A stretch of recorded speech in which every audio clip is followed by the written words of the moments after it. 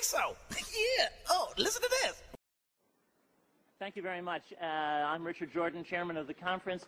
I'm going to just introduce Khalid Dawood, who will introduce the speakers. So, Khalid, thank you very much for moderating this session, and I turn it over to you, and I will return in about 3 minutes.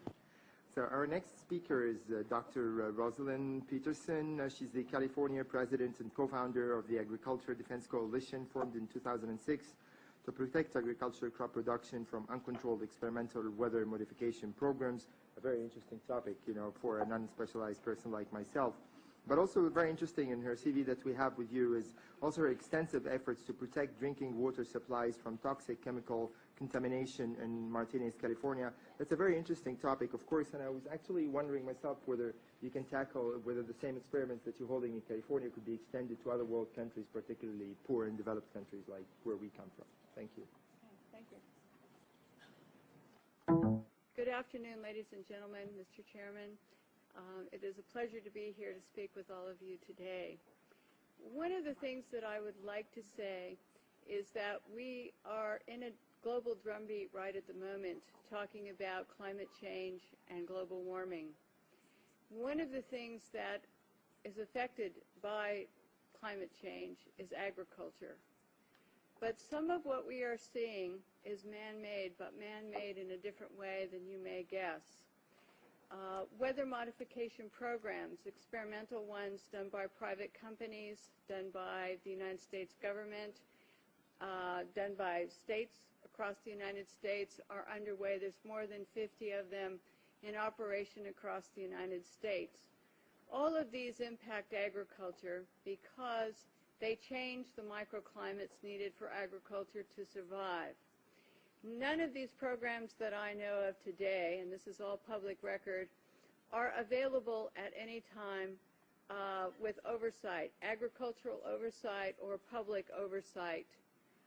These programs impact agriculture, and there are programs around the world. International corporations are modifying our weather all the time, and they're modifying it in ways that cover thousands and thousands of square miles.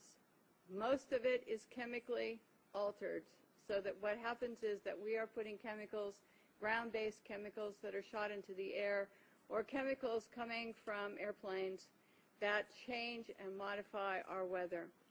So one of the things that I'm concerned about and that we need to address in the future is how these programs are impacting microclimates needed for our crops to survive and needed for pollination. If we change the growing season, the pollinators may not survive, and also our crops, our flowers, and our tree crops may not get the pollination needed. So one of my areas is looking at this situation to see if we can begin to put under control experimental and other types of weather modification programs. The other issue is that a lot of times we're talking about mitigation for climate change. It's rather an undefined term at this period of time. And so what happens is that many times we're talking about artificially putting chemicals like sulfur or particulates into the atmosphere in what they call geoengineering schemes to reduce and help the planet, supposedly, but help the planet to not go through such a tremendous global climate change and to mitigate global warming. However, the incidence of putting chemicals into our atmosphere is going to change and impact agricultural crop production. And if you take and you put up into our skies chemicals to reduce the amount of sunlight reaching the earth, you are going to begin to reduce crop production. Studies at the University of Illinois on corn crop production show reductions. Without the process of photosynthesis, whereby plants from direct sunlight gain the energy to grow, to produce crops, we are going to find ourselves, if we mitigate in that direction, impacting the crop production not only here in the United States, but worldwide. One of the things that is impacting crop production right now in the United States and reducing photosynthesis and also impacting the ability of solar power panels to generate the type of power that they should is persistent jet contrails. NASA talks about persistent jet contrails as exacerbating global warming because they trap warmth in the atmosphere when they produce cirrus and man-made clouds. NASA also talks about that that these aircraft leaving persistent contrails are changing our climate. And when they change our climate to the degree that one jet can leave a persistent jet contrail, which will spread across our skies, from what this picture up here on my left on the screen looks like, which is a trail left by a jet, that trail can expand to 4,000 kilometers and last for 20 hours. This was unheard of in the early 60s and the 70s, and it wasn't until the late 1980s that there was a change and we started to have persistent jet contrails that persist. NASA studies show that part of our global warming problem could be attributed to these types of contrails and the jets that leave them. So one of the issues as we go through is, how do you like your skies, natural or man-made? And right now we are making man-made clouds, and this is trapping warmth in our atmosphere. The climate change that is produced by these jets, not all jets, mostly some non-commercial, but what happens to our skies is that we start to see the changes. The man-made clouds do trap the warmth, and they increase the humidity. This allows for pests to proliferate, diseases, molds, mildews, funguses, and viruses. This is a man-made cloud, ladies and gentlemen, and these pictures I took myself over Northern California, and this is a burst. This is where a jet left a huge plume, and then this turned in at the end of it to a burst, and this is not normal, never seen before in our county historically, and I was born and raised there. This is another picture showing the jet trail just before the burst. This is our skies, and I want you to know that what you're seeing now, a lot of times many scientists know, especially at NASA and in other areas, that the skies that we're seeing are not normal cloud formations. These are man-made. And what happens as we reduce the amount of sunlight in a form of global dimming, we reduce the solar power with these type of clouds, and we reduce photosynthesis, which is going to impact agriculture. The pictures look odd. The formations don't look like normal clouds that people have seen before historically.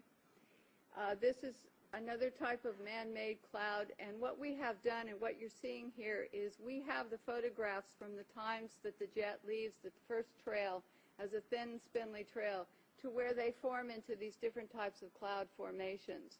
All of you can start looking up and seeing this. What happens is that there are experiments, and there's a color, you can see some color in this photograph. And part of what we're doing also is we're sending up canisters. The United States government, NASA, the U.S. Air Force, is sending up canisters into the atmosphere filled with chemicals to modify and experiment with our ionosphere. And when we modify and experiment with our ionosphere up here, we create experiments which they can see through these persistent jet contrails as they stay in the sky for long periods of time, and they can watch the experiments.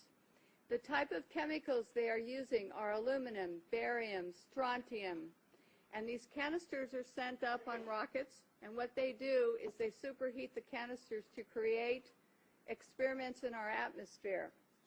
The experiments can give you colorful auroras, which they talk about as being wonderful. Many times people think that the auroras in Alaska and the ones we see are normal, but there's beginning to be more and more seen across the United States and elsewhere where aluminum, trimethyl aluminum experiments to make clouds are beginning to impact us. The reason I am concerned for agriculture is that none of these experiments have any public oversight nor agricultural oversight. Our drinking water is impacted because the chemicals are now beginning to show up in our drinking water. In California, the State Department of Health drinking water tests were examined between 1970 and this year, and we found unusual spiking in barium, aluminum, strontium, magnesium, calcium, manganese, and all of these spiked at the same time in various drinking water supplies across the state of California and also in Arizona. So what's happening with these atmospheric tests is that aluminum, as one example, gets into, with increased pollution and acid rain, gets into the root systems of our crop trees and our trees, and it looks like the trees are dying of drought, but they're not. What happens is that the root systems can no longer absorb the water and the nutrients needed to survive. Many of our forests in Redding, California, and other areas are dying. The oak trees, the redwood trees, the Douglas fir, across the United States, many areas. We believe that these trees are impacted because they cannot absorb enough water because aluminum is going into their root systems. Also, molds, mildew, and fungus from warmer temperatures produced by persistent jet contrails are also allowing pests and molds to proliferate, also impacting tree health and crop health. The skies that you see up here, it is important to note, have a white haze to them. When crossing the United States 2 days ago, we saw this man-made produced haze all the way across the United States. There were a few real clouds. We saw the persistent jet contrails from the jet windows, and the skies in the white haze looked a lot like this. So one of the things that we need to really look at is that jet fuel emissions contaminate our air, much as automobile exhaust. They know from scientific studies back in the 1970s that they deplete beneficial ozone in the atmosphere by releasing nitric acid. So one of the things that we need to look at is the impact of just jet fuel and just the emissions from jets as well. I want to go on and talk briefly about a couple of issues here that I think are important for everyone to realize. If we don't look at the problems that we are creating, the atmospheric testing programs, in other words, the jet contrails that are warming our climate, and we say to ourselves, we want to geoengineer something else. We want to add more particulates to help global warming or to stop climate change. What we're going to have is we're going to have a pea soup up there of chemicals which are going to be detrimental to our health.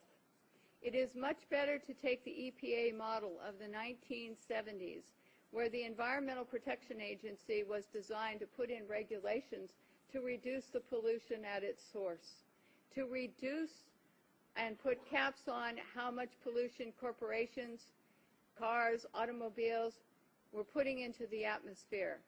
One of the things that we're talking about as mitigation is to go into geoengineering plans which add more chemicals to our atmosphere, which are going to get into our drinking water supplies, which are going to get into our soils, which are going to impact our trees. Our trees across the United States, many of them in many areas, especially Mendocino, Lake, and Sonoma County, are dying. They are not healthy as they used to be. And this problem, having traveled across the United States into some other areas, seeing the pictures coming in from across the United States and other countries, we're finding that there's beginning to be an impact from all of these programs and all the chemicals in our skies. And so one of the things we need to think about and work for is reducing pollution.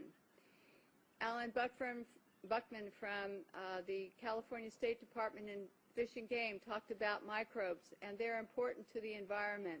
We have at our disposal already some technologies and already the wherewithal to begin to make the planet more healthy and to put it into a different perspective.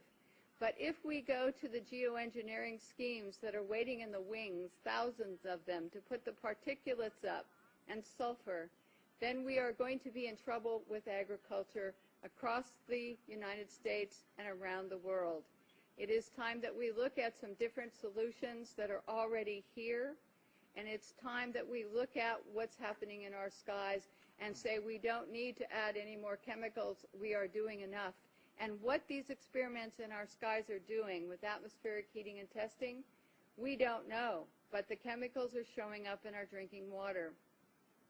So in closing, I would like to say to all of you and to encourage you to know that just what I showed you today is beginning to impact crop production in the United States. And we're seeing higher UV radiation that is burning the tips of our trees and our plants.